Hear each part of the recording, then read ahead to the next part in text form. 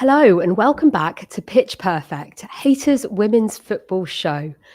I'm Ayisha Gulati. I've got a bit of a sore throat, but I'm joined in the studio by Ishan Shah and Lucy Casey. Thank you so much for joining me.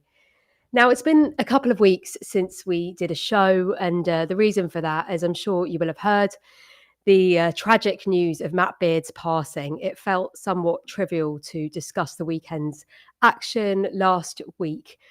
Now, all of us at Haters were absolutely devastated, as with the rest of the footballing world. We would love to send our regards, our condolences to Matt's family and friends. The outpouring of love that has come from the community since his passing is just a testament to what an amazing figure he was in this community, in the whole of the footballing world. And he will be remembered so fondly by so many. Manchester United manager Marc Skinner gave an incredibly touching tribute at the end of their game yesterday against Liverpool. I felt that they all dealt with the emotion of it beautifully. What I'd say is, though, and I must stress, is like, I think time for sadness is we need to celebrate the life, because I know Debbie was in the stands, and I know that she will want everybody to remember Matt exactly how he was in front of everyone. So I've promised everyone that I'll keep talking about him in our environment. So the memory of him will live strong. And so, as sad as it is, I think it's now time to turn that into the happiness and remember him in the best possible way, because he was an incredible human. Matt, you will never be forgotten. Well, we're going to move on to talk about the weekend's action, because as Marc Skinner said there, he would want us to keep talking about women's football, keep promoting women's football. So that is what we're going to do here today, talk about what happened at the weekend. And it feels like there's one place to start, which is Chelsea versus West Ham. Someone's eyes have lit up. Someone's eyes have lit up. At least one of us. Yes, well, we're 4 weeks into the WSL season, and only one team is flawless, and no surprises for guessing who that team is. West Ham 0, Chelsea 4. Only 4 games in, but already looking a cut above the rest. What do you make of your team's performance, Ishan? Yeah, I don't know if our start of the season has been as flawless as kind of the numbers suggest. But yeah, it seems like the rest of the league just they're not up for a title challenge this season. So I guess we'll... Right, I actually want to leave already. So this is not it.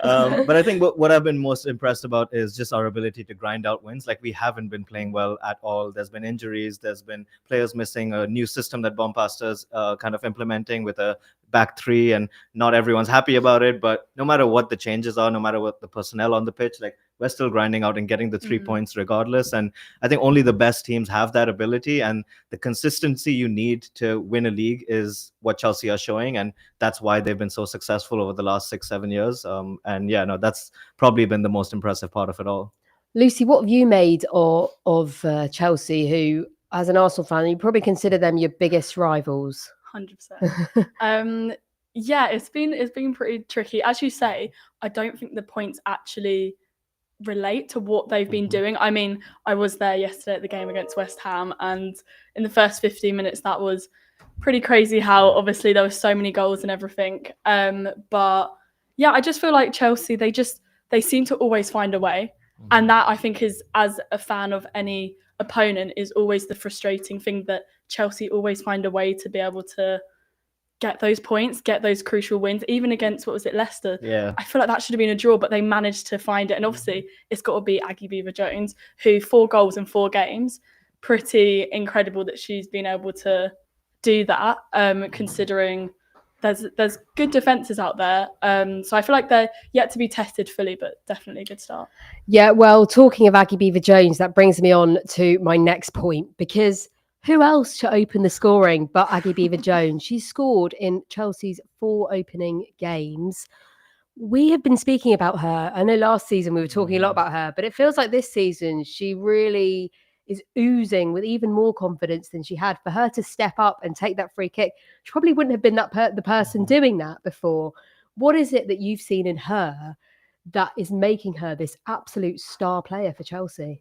I think the thing that stands out most is just her mentality. You know, she's had to come off the bench for pretty much her entire Chelsea career, and this is, the only time that she's been, regularly starting, with injuries to Myra Ramirez, Sam Kerr coming back, Lauren James also out. Like, Chelsea's attack going into the season was missing, that focal point, and she's just, taken that throne, and taken that role in the squad. And the numbers are insane. Like, 19 goals in 22 WSL starts is absolutely incredible for such a young player. And now she's scoring free kicks. Like, Yeah. I think that was the That first. was insane. That's like the first free kick she's taken in her career, and it just goes straight top bins. Like, that is absolutely unreal. So, like, everything she touches turns to goals. Like, she's scoring different kinds of goals, like headers, tap-ins, free kicks, and that's just been so impressive from someone who's so young. And I think that she's really taken that role of being the leader in the squad and leader of the attack, because we're seeing so many changes around her, with Conrad starting, Alyssa Thompson new,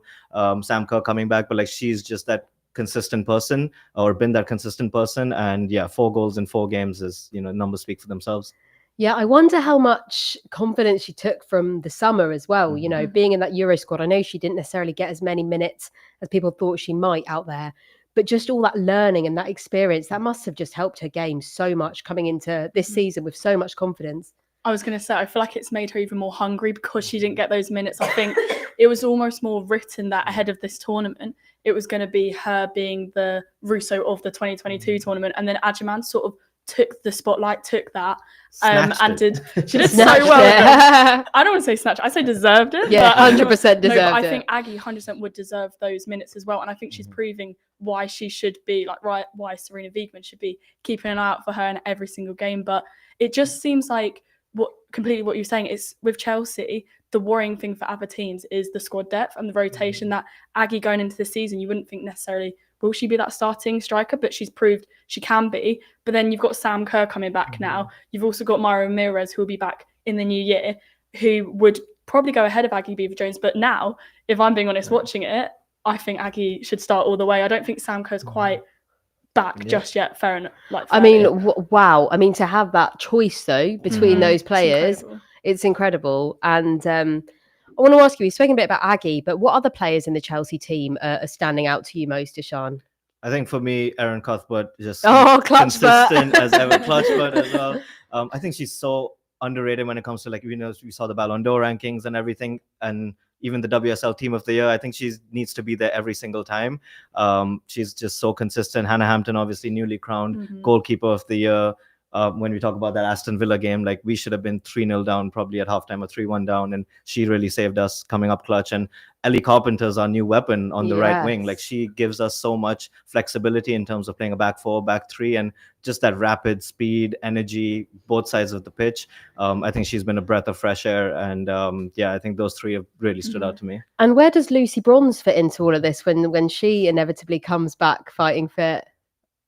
Assistant manager. No, I'm kidding. I think it's just, when you have that squad depth is what you need to compete in the Champions League. And at times we saw Lucy Bronze, as good as she is, be inconsistent, and she'll admit that as well. She didn't have the most consistent season, and certain opponents, with their speed, and Lucy's lack of speed now with her age, it gives you another option, gives you depth, gives you flexibility system wise as well, because I think Lucy would not be suited to that wing back role as much as Ellie Carpenter would, and is probably better in a traditional back 4, and can slot in at centre back, we saw last time as well. And I mean, Chelsea only have 3 fit centre backs right now, so if Lucy Bronze can come back and help out there, we'd be very blessed. I just want to add on to the flexibility of the formation, because even watching it yesterday, you mentioned before about having 3 at the back, and I was like, oh, but surely you need more, especially when you've got quite attacking teams against you. But with Chelsea, they seem to never need that. They can go with whatever formation works. And I think something really interesting, another player I want to highlight, is Yo-Yo, because on the right she provides so much width. At one point she basically wasn't even on the pitch. Like, she touches that line so much that whoever it's Erin Cuthbert, like you said, she might slot it out and then captain. I think then Aggie Beever-Jones was coming in. I just think the link ups in that final third are so crucial for Chelsea, that it seems to be getting them over the final edge, basically, be giving them those points. And I think it is with that formation and how flexible it is. Even without Ellie Carpenter, you don't necessarily need her. For me, I felt like she stood out in that City game. City made her look really good. Games since then, I don't think she's been performing as well, but you don't miss her, if that makes sense. Yeah. So when she's back, she'll add to it. But same with Lucy Bronze, when she's back, she'll add to it. But for the moment, you seem to not need her, which is really worrying for everyone else. It really is. Well, that the $1 million question, can anyone stop Chelsea this season? I mean, the only thing coming into play here is, of course, Champions League starts next week, and it's no secret that's what Chelsea want. So are they going to throw all their eggs into that basket, which might, give some breathing space for these other teams who just can't keep up? I think we've got too many eggs. We can do everything. And that's true. So many eggs. Too many eggs. Share the eggs, man. But I think last year when I came on here, I kind of mentioned that the only team that Chelsea fans are scared of is Barcelona, and that's the only team that when we come up against them, we're like, okay, I'm not confident going into this game. Every other team, we'll back ourselves. But I think the fact that we're playing in this new Champions League format, the fact that we're playing Barca so early, I don't expect to win that game, but I think it'll bode us well for when we inevitably face them in the semi-finals once again. But I'm confident for Chelsea in the Champions League this season, just because of what the issues that are going on at Barcelona with their financial crisis and not a lot of squad depth in that squad. And they've just come off of Euros. Like, maybe some injuries to key players will kind of hurt them, and Chelsea can capitalize on that. But yeah, that's kind of the only team that kind of spoils you literally come as a package deal. Yeah, literally, it's Chelsea Barcelona every time. Yeah, honestly. It really is. Well, I want to talk about West Ham as well, because no points from 4 games, that's got to be a concern for Marc Skinner. They ended last season on a really good run, and I kind of thought they'd bring that momentum into this year. Should they be worried? Is it too early to be worried? I feel like everything's a bit too early right now, even though the league is shaping up a bit and the games obviously are proving who are star players. Watching West Ham, even with 10 players yesterday, I felt like they were more compact. Chelsea got the 3 goals in 15 minutes. It was something crazy like that. Then there was a red card in maybe the 25th minute, of roughly around then. And then almost West Ham just had to group up and go really compact. That Chelsea had no action for so long. And it's almost as if West Ham need to have that defensive mindset from the get-go. Because when they had the likes of Yuki, who star player, like quality for them, when she was getting on the ball, she was making those drives. Maybe she lacks a bit of support because Chelsea was so quick to shut them down, and also Chelsea's press was so high that the minute Aggie was able to get the ball, it found the net. But I do think that West Ham have a chance, and it is still early days, but they just can't concede in the first 15 minutes, basically. I also want to say last season, West Ham were the only team to go behind against Chelsea by 2 goals and then come back and take a point. We were at that game 2-2 at Kings Meadow, and if they can channel that energy, and we know they've got some really talented players as well. I just think they've got unlucky. Obviously, 3-0 down, those 3 goals were pretty much all their own doing, and just some special talent from Aggie Beever-Jones as well. But I think if just regroup, their squad is good enough to stay up this season. Yeah, it was simple mistakes, wasn't it? It was just really basic defending errors. If you just tighten all of that up, there's no reason why they should have a scoreline like that again this season. Okay, well, we're going to move on to the next game. This is the Arsenal-Aston Villa game. Lucy's face tells the whole story on this one. Okay, so it ended Arsenal 1, Aston Villa 1. I have to admit, when I saw that goal go in after 10 minutes, I just thought, how many? How many? Arsenal kind of smothered Villa for that first 15 minutes, and then the foot came off the gas a little bit. And what is it for Arsenal, Lucy, that is so frustrating at the moment, where they had that good start, but couldn't take that on to get 3 points? I just feel like we're lacking some sort of hunger, if that makes sense. Like, I don't know why. Like you said, there was so many chances, so many through balls. Frida was really getting on the ball. Mariona, we've seen in so many games recently how crucial our attacking players are. And even with Slagers mixing up the formation by starting Mornham over Beth Mead in that spot, she knows what she's doing. But then for some reason, I don't know if we get complacent. I don't know what happens, but we literally, after about 20 minutes, it was a really boring game to watch. And it's not what we're used to seeing from Arsenal. And I hate that I'm saying my team's boring, because I don't want us to be doing that. I want us to be having 3 goals in 15 minutes, but it just didn't seem to be that way. And it was almost inevitable that Villa towards the end of the game would get a goal. And I feel like, you could probably pinpoint a few problems, but I don't know the exact thing. I don't think there is one thing, but one one thing that I have noticed, which I think is a contribution, is our centre-back positions, because Katie Reid has obviously stepped in for Leah Williamson. I think she's doing an amazing job, and I think she's doing so well that when Williamson comes back, she'll be next to her. I think Catley will be replaced by Katie Reid, because I just think her control, her calmness on the ball, you can tell the first few games of the season she was a little bit nervous. She's literally 18 years old. Like, to be starting in these games, they're big games, but I think she's brought that calmness, and you can see with Catley, she's meant to be a wing back. She's not meant to be the ball she plays. They don't go round the same way that Leah Williamson loves to loop the ball, like ping it over the top. You can just tell that Catley wouldn't want to do that. So for me, I feel like that is an issue. Why she's not playing certain players, Ruben Moy, Kyra Cooney-Cross. I feel like there's so many names that are always mentioned that I don't know, but I feel like there's a few minor things that shouldn't be happening, basically. Yeah, and there was that viral thing that went round about Leah and Katie Reid, like when Leah putting her arm around Katie Reid at the end of the match. I thought that was quite nice. But that's interesting that you say that about the centre-back positioning. I mean, Steph Catley got a Ballon d'Or nomination for playing out of position all season. She's done a very good job. But I know what you're saying. 100%. I know what you're saying. Well, I guess building on from what we were talking about Chelsea then, and are we getting carried away to say that Arsenal are losing ground in the title race? Is it too early? Should fans be worried? What do we think? Well, Ishan, I want your take as a Chelsea fan. I don't want to comment yet. So, yeah. I think Arsenal recruited really well in the summer, but there is so much pressure now on them that comes with that recruitment, and especially winning the Champions League, something Chelsea have failed to do despite the recruitment and money spent. The pressure to now compete, and they've broken the bank, they need to be properly challenging for the title. I think that pressure is also getting to them a little bit, and like these teams usually don't start the season too well. Like Chelsea rarely start a season too well, because obviously players are coming back from the Euros, that not everyone's fit and things like that. So but the thing that Chelsea do really well is use their squad depth well, and we spoke about Kyra Cooney-Cross and Ruben Moy. I don't think Arsenal have figured out those solutions yet of how to rotate their players properly, and I think that in the long run kind of will hurt them, and we'll have results like this where just a little bit of more fresh legs would have probably got them the 1-0 win that Chelsea are able to grind out. So I think that's the only thing that I as a Chelsea fan don't get worried, because until Arsenal don't figure that out, I don't think they'll be able to be as consistent to win a title over Chelsea, just because we've been unbeaten for 25 games.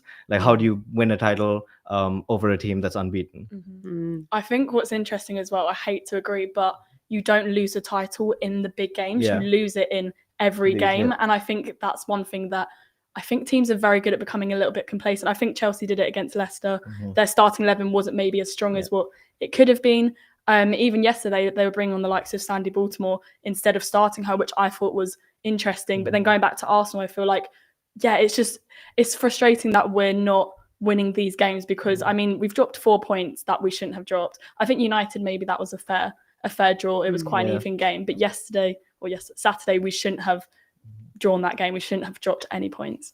And I just want to say they should have taken the lesson from the Chelsea game, because Villa caused Chelsea so many problems. And as Ian Wright also kind of said, like Arsenal just felt like they took their foot off the gas a little bit, and I don't think you can do that against this Villa team. Like, they were so dangerous. Yeah, Villa are showing up actually when it matters. They're finding those moments. They're finding the brilliance. I'm interested to see how they progress this season. I feel like they can only build, and I think that's going to be an interesting one to follow. Well, we'll move on to talking about Liverpool versus Man United. Now, this one ended with a win for Man United, 2-0, and continued United's unbeaten run. Now, unbeaten is not the same as flawless. I'm sure you'll be the first to remind me of that, but it's pretty good going. What do we make of Man United this season? Yeah, they look really good, and obviously the fact that they have such a good defense, that is obviously a little intimidating as a Chelsea fan, because they rarely concede goals. It's like if you score a goal, you've basically won or taken points from the game. Again, in this game, played really well. They've got good squad depth, and not great squad depth to be able to probably challenge on both fronts, because they're in Europe now.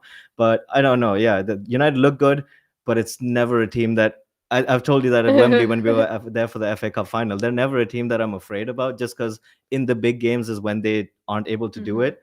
But yeah, no, they were good in this game for sure. Yeah, I think You spoke about their defence there, and I think last season their defence was like really on point. I think their midfield has elevated this season. It's gone up a notch. They've made some great signings. It feels like it's clicking better. And yeah, when they're scoring, it feels like they have the belief that they're going to score. I found that the United Arsenal game was a bit of an odd one. I don't think it really told us that much about either team. That'll be it's gonna be very interesting, the reverse fixture of that one when we do see it later in the season. But do you think, Lucy, they can turn this unbeaten run into a proper title challenge? It's interesting because I actually think they can. I think going into the season, I thought, right, it's going to be Arsenal, Chelsea, City. And I feel like Arsenal, obviously, we've dropped down a little bit. And I think City, they've been doing well. But I think I'm most impressed with United's performances. I think it is just their defence. Tissier is probably the name that is in every report I've read over the weekend. And it's because, well, she's literally their star player. I think someone worded it as she's literally like the heartbeat of United. And I was like, that is such a good way to put it because she literally is so crucial for Marc Skinner. I think without her at the back, it could become a little bit more fragile. So I think it'll be interesting to see Friday's game. Obviously, just looking ahead to when Chelsea play them because it'll be interesting to see Aggie up against her. Same as Aggie, to be fair, with minutes at the Euros. Obviously, she didn't get any, and that was such a big question mark for so many fans. Like, she should be getting those minutes. But I think she's consistently proving, playing every minute last season, why she should be getting those minutes. For sure. I just was asking the whole time, what has Maya Tissier got to do to get some minutes for England? We've got 4 games coming up in October and November. It'd be really interesting to see if she gets some then, because it feels like if you're not getting them now, like when? Because she's love a player like her at Arsenal. Yeah, she's so young, but it feels like it's like peak. She's kind of already got there, and I feel like she probably hasn't. There's so much more to come, but wow, what a star player! And Marc Skinner is never shy about singing her praises and why she is their captain. So yeah. Watch this space. Man United title challenges this season. Let's see. It's early days. But problems for Liverpool, do we think? The only other team other than West Ham to not get any points yet. Of course, they played 1 game less. But Gareth Taylor's been brought in, I guess. What do we think? Yeah, I mean, that was an interesting appointment. It's not one that I expected at all. But yeah, he's come in. I think he's maybe struggling a bit to implement his style. And how he kind of wants to play because he's used to having probably a much better squad of Man City. So I think he's just struggling with that. Again, that kind of relegation spot is so much like up for grabs, but I don't think Liverpool are gonna, even though they're yet to get their first win of the season. I hope they're not gonna be able to kind of get stuck into that relegation battle because we saw how good they could be last season. But yeah, no, I'm not too sure about that Gareth Taylor appointment. I think it's tricky because obviously they did lose 2 big star players that obviously came to Arsenal, and Olivia Smith for us, the player that I didn't really mention earlier. I love her confidence and how she's able to take those shots from outside the box. And I feel like that maybe that's something that Liverpool are lacking this season. They were so used to almost building their attacking run based around a player like her, even having Taylor Hines in the defence. I think they definitely will be struggling, but I don't, like you said, I don't feel like there's a clear relegation battle right now or even a clear title race, which I think just proves how exciting the WSL this season is becoming because it's getting fairly even between the teams. Well, talking of Gareth Taylor and losing signings, we caught up with him yesterday following the match, and here is what he had to say. In terms of looking at October now after 3 league defeats this month, is it a case of keeping heads up here? What do you sort of see the priority as going into that next month? Yeah, absolutely, of course. We knew that it was going to be tough. We knew that we didn't probably have the transfer window that we wanted to have, and that was due to a number of reasons. We came in very late, obviously. And like I said previously, most head coaches will request time. It's not something you're always given.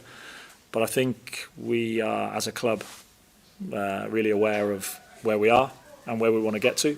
But I think where we are is really important. Of course, we want more. Feel that so far in the first 2 games, I think, take this one aside for a moment, I think in 3 halves of 4 football halves, we've been at the level. We haven't got what we deserved, but we've been at the level. Today, we got what we deserved in the first half, and probably deserved a little bit more in the second, but that's football. You don't always get what you deserve. You don't always get what you deserve, he said. Yeah, he feels like they should have maybe got more from the first 3 games. We were just sort of talking while that clip was running that they've not replaced Olivia Smith, Taylor Hines. They've not been replacing these players. Do we think that's where they've gone wrong? Do we think it's going to be ultimately too detrimental for them? Again, yeah, I don't think they're going to be stuck in a relegation battle or anything, but you just want to see progress from teams, especially in, like, as the league is growing. You just want to see teams progress. We spoke last season about West Ham and their signings that they made. Like, will some of them leave? And we were like, no, just keep investing in your team. And they just earned $1 million from Arsenal for the signing of Olivia Smith. And they haven't really recruited well since then. Like, that can easily give you like 5 decent WSL proven players, and we haven't seen that. So that's been kind of disappointing. Yes, well, we'll move on to talk about the next match of the weekend and Gareth Taylor's old side in Manchester City, who actually did very well against London City Lionesses and won 4-1. Now, Man City started their season with a loss to Chelsea. It was a bit like meh. But since then, they've had quite a few big wins. They thrashed Spurs last weekend. They've thrashed London City this weekend. Really, is it dominant from Man City, or are the teams they've been playing not been up to it? I think they're pretty dominant, especially that win against London City Lionesses. And I was a little critical of Arsenal and Manchester United, but Manchester City is probably the team I'm most scared of in terms of just being a dark horse, because they don't have European football and they have such a strong front line and very top heavy squad for sure. But when you're not balancing European football and you can keep Bunny Shaw fit and Miedema fit, they're going to be scoring you goals every single game. And obviously Lauren Hemp, I think she's injured now as well, but hopefully she can come back. And when they have that kind of front three going along, it's very hard to stop them. And Chelsea had found it difficult to stop them as well, some great saves from Hampton in that game as well. But yeah, that the fact that they don't have Champions League kind of frightens me in terms of being a dark horse to the league.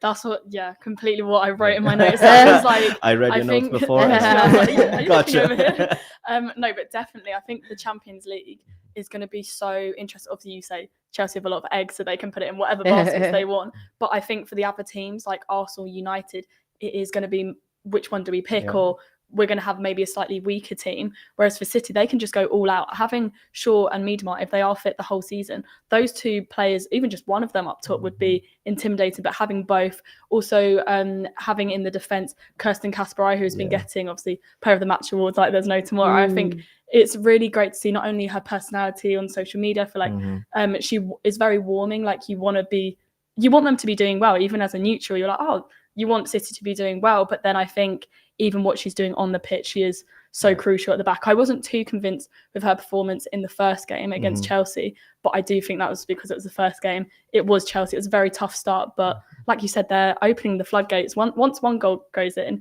it seems like there's no stopping them, and that's something that I feel like Arsenal need to take a bit more inspiration on, because once you do that, the goal difference is what it could come down to at the end of the season. Yep, and they face Arsenal this weekend. Yep. Yes, I was like, have I got that one right? Yes, Arsenal this weekend. 2 really big games. Two Friday massive and games. Saturday. I'm actually heading up to Manchester to catch both of those good. games, Friday night and Saturday lunchtime. So Exciting. 2 massive games. What do you Can't think? really make any prediction. I feel like you're about I to was going lead to into that. say, I was going to actually say, can't. how confident are you feeling as an Arsenal fan facing this Man City team who are coming off the back of having netted 9 goals in their last 2 games? I think it'll be interesting to see how Katie Reid does up against Shaw, because that's a dynamic we haven't really seen. I don't think Katie Reid's really had the experience to be able to do that the last couple of seasons. And it feels like a very big game to put on her shoulders, but I feel like it's going to be so crucial. I think our defence will be good enough for that, but it's almost whether our attacking players want it. But for Arsenal, for some reason, I feel like we really show up in the big games. Obviously, you said earlier, United seem to hide away a little bit, but then they do well in maybe the smaller games. Whereas I feel like for Arsenal, they will show up against City the same way that they were underdogs going. I'm going to bring back the Champions League. They were underdogs going into that final, but then they showed up, and it was almost like, what? You weren't meant to win that, but then somehow Arsenal managed to do it. I think that hopefully will happen on Saturday, isn't it? Yeah. Lucy, does the day go by when you don't mention Arsenal winning the Champions League? That's what I want to know. Is this the first time I've mentioned it? I think this is the first time I mentioned it. So I'm going to mention it a few Keep more times. mentioning it. Go for it. I don't blame you. If Chelsea won the Champions League, I'd be doing the same. Oh, that would be so annoying. And question for you: are you worried about that Man United game on Friday night? Not really. I don't think we. I don't think anything phases you. Yeah, it's only Barcelona. I get Barcelona in my nightmares every single night. That's all that I'm worried about. But yeah, I think we have a great record against Man United. They've only beaten us once in their kind of entire club's history. So I'm not too worried. The only thing I would be worried about is our attack hasn't been firing. Players coming back and Sam Kerr for fitness and also just figuring out our system as well, and their defense being really good. I'm not expecting a lot of goals in this one. I think it'll be very cagey, and I'm expecting Chelsea to grind out another kind of 1-0 victory. But yeah, no, not worried at all. Well, we shall see. I want to talk a bit about London City, because this isn't the first time they've had a big scoreline against them. So United was a big scoreline, this one now as well, 4-1. What do we think about London City? Is it, with all these big signings and it feels like nothing's happened, and I know we're only 4 weeks in and it's going to take time to gel, but how long do we give them before we start genuinely worrying? I feel like that they're where everyone should expect them to be. I feel like everyone thought they saw all these names, both experienced WSL players, both emerging players, and I felt like everyone thought, right, they're going to win the league or have a good chance of winning the league. But I think realistically, they're where we'd expect them to be. They've had some tough fixtures. They've had Arsenal, United, now they had City. Like, they've got these tougher opponents already that I think almost at Christmas is where I think we'll see them slowly rise up to that mid-table spot, which I think would be so good in your first season, because not only are they adjusting to all these new players, these big names, but they're also adjusting to actually being in the WSL. Like, I think we forget that they're a newly promoted side. We weren't talking about Palace last season like this. We were thinking, oh, they'll probably just go straight back down. But everyone's like, oh, it's a bit disappointing that they've only got a few points. But it's like they've got a few more points than, say, the likes of Palace got, Bristol, even the seasons before. So I think they're actually doing what they're meant to be doing, and they're where they're meant to be. They've already overachieved in my head with the signings they've got in and the structure they're going to have long term. And it could work in their favour, the fact that they played these big teams early on, because you're kind of not expected to take points from those big teams whenever you play them in the season.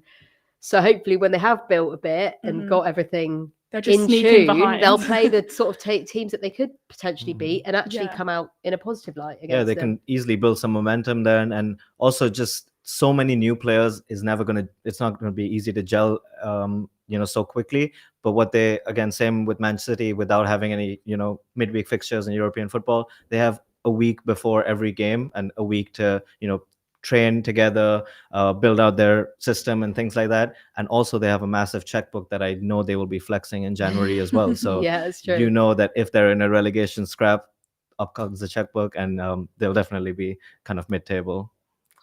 Love it. Love the confidence. Okay, well, the next match of the weekend, Tottenham Hotspur played Leicester City. They bounced back from their big defeat against Man City and beat Leicester City 2-1 at the King Power. Now, Spurs are sitting in fourth. Lucy, where are Arsenal sat? Spurs are above Arsenal in the WSL table. I don't mean to alarm you or sort of chase you out of here. But it can't feel good seeing your North London rivals ahead of you. It doesn't happen very often. You know what? I was really excited to come on today, but I feel like all the questions have been so attacking towards Arsenal, but rightfully so. I feel like it's got all the headlines. On my way here, I was literally thinking, when was the last time that Spurs were actually above Arsenal? October 2024. So that is a while ago. And I think the only other defeat which I witnessed at the Tottenham Hotspur Stadium was that 1-0. I think that was 2 seasons ago. Yeah. And there's only a few moments that you can pick out of when Arsenal were trailing behind Spurs. And it's not a great position to be in. I think it's early days, so I'm hoping this time next week we'll be above them. So all will be forgiven, basically. But I think what the manager Martin Ho is doing with the club, he's got this forward-thinking philosophy, which I'm really here for. He mentions it a lot in a lot of press conferences about it's defending forwards, I think was the phrase he likes to use. And I think that's really interesting because it's not about passing the ball back. It's actually about, right, we're going to drive forwards. And I think against certain sides, that's really effective. But obviously against the likes of City, that's not going to be as effective because they're very high with their press as well. But yeah, I feel like they've got off to a good start. It seems quite a shock considering they literally were 11th last season. They finished second Crazy. bottom last season. So yeah, things are definitely looking up for Spurs. And in fact, ahead of the season, we have media days at the various clubs before the WSL starts. And I was lucky enough to go down to the Tottenham Hotspur training centre. And I had a really nice catch up with Charli Grant, who spoke about what we can expect from Spurs this season and why it's going to be different. What do Spurs need to change this year to make sure they are more competitive? Yeah, it's exciting for the season. You know, I think the biggest thing we need to change is just being more aggressive and being more confident on the ball. I think we have the ability to do so. We just got to be confident in ourselves and back ourselves in doing so. Of course, new manager Martin. What can you tell us about him? What has he brought already? Yeah, we're loving working with Martin. He's brought a lot of intensity into trainings and our pre-season friendly. So I think that's lifted us to a new level. And is there something about him, like, is there like a word maybe he uses or something is there something he says a lot? He just, you know, really wants us to work hard and he always talks about, you know, being on the ball, like possessing the ball and being brave. So, yeah, they're things we're trying to implement. And how would you describe the DNA, the makeup of this Spurs team? What is it that makes you guys so unique? You know, I think we're all like very independent and individuals, but I think together as a group we're really strong. So we get along so well on and off the pitch, and I think that we can really show that on the pitch this year and use that to our strengths.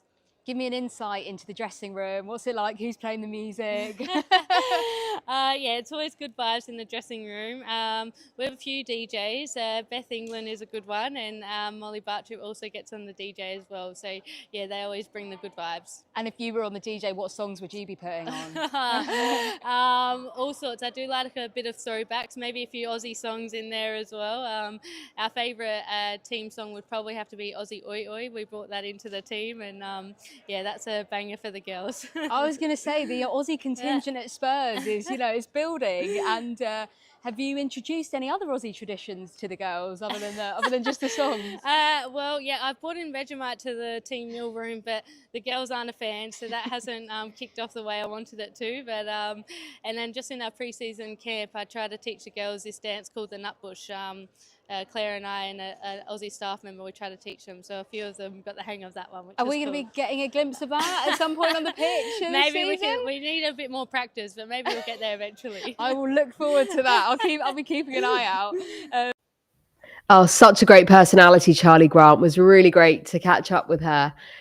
And she said she's brought Veggiemite into the dressing room there. What do we think? Vegemite fans of Vegemite / Marmite? I've never actually. I love Marmite, but I think Vegemite's quite similar to Marmite. I've actually never had Vegemite. I've never had either. I've really never had it either. That is a segment for the next time you are on the show. We are going to do a Vegemite and Marmite tasting. Oh wait, you've never had Marmite? Never I was like Vegemite. I was like, yeah, I've not had that. Oh, neither. We can try Vegemite. Okay, yeah, I want to try and it. Ishan can try both. What they look like. Wow. It's literally I think it's just like a spread, but I feel like I should because Arsenal literally have it in their chant for Caitlin Ford. This is amazing. Right. Well, this show writes itself. Okay, well, the last match of the weekend was Brighton-Everton. Brighton got a 1-0 win thanks to none other than the summer superstar, Michelle Agyemang. Oh, I have been waiting for her to score, and she did. How good is it to see Agyemang on the score sheet again, Lucy? So good. I think it just proves that Arsenal made the right choice because I think her... Had to slip in Arsenal there.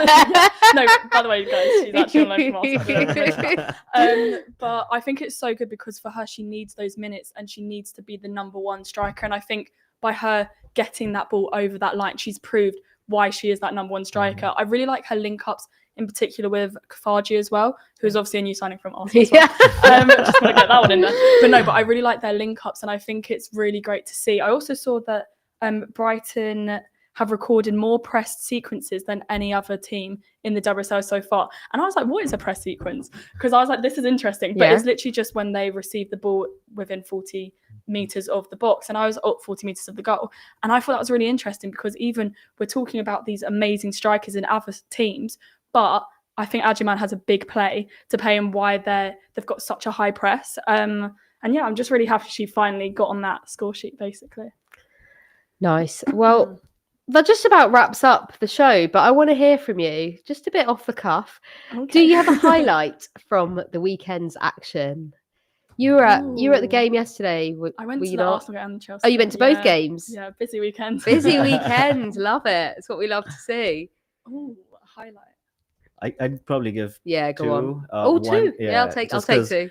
Aggie's reaction to her free kick, Mhm. because at the end of the game, the Chelsea social media team made her watch back her free kick with VK captain, and she said how like she didn't even want to take the free kick. It was supposed to be Veal Berman taking the free kick with the left foot angle, and Veal was like, "Oh no, go ahead," and she was like, "Okay, I'll go ahead," and then just smashed it in top bin. So like that is absolutely unreal. And then Erin Cuthbert's celebration as well after scoring that, flexing her biceps a little bit. But yeah, those are probably 2 of mine. Love that. I feel like, it's got to be social media interactions. I think that's what, for me, separates the WSL from any other league. It's that personality. And I think going back to the City game, Kirsten Kasperai, on how she received that player of the match award and then started singing and everything. I just think it's really good to see their personality shine through. But in terms of actually on the pitch, I feel like, it's got to be that. I feel like that free kick, actually watching that in person, I don't think anyone expected it. I mean, she certainly didn't from seeing from that video on social media. But I think, it was a good goal to see. And I like how players are taking those risks. And it's good to just see good goals in a league. Yeah. Well, I'm going to pick a different goal. The Miyazawa goal. Yeah. I mean, what a goal. Jess Park playing her part in the assist there. And she, by the way, Jess Park has been great for United. And I think Miyazawa tends to score about 1 a season, so that might be one and done, but I'm hoping not, if that's the quality of her goals. Glad she didn't save it for Chelsea.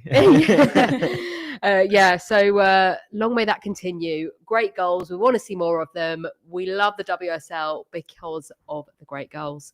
Well, that just about wraps up today's show. Thank you so much, Lucy and Ishan, for joining me in the studio. Thank you for watching at home. As always, you can catch all of our content on the Haters TV YouTube channel.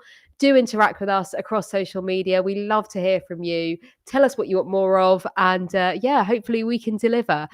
We shall see you back for more Pitch Perfect next week. Have a brilliant